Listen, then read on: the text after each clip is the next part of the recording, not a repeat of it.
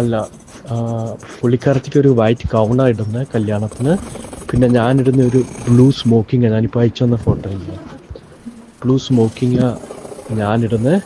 പിന്നെ ബാക്ക്ഗ്രൗണ്ടായിട്ട് അതിരമ്പുഴ പള്ളി ഇല്ലേ, ഞാൻ അതിൻ്റെ ലൊക്കേഷൻ അയച്ചിട്ടുണ്ട്. ആ പള്ളി പുറകിലായിട്ട് വരച്ചു വെക്കണം, അതിൻ്റെ ഫ്രണ്ട് ഞങ്ങൾ നിൽക്കുന്ന പോലെ.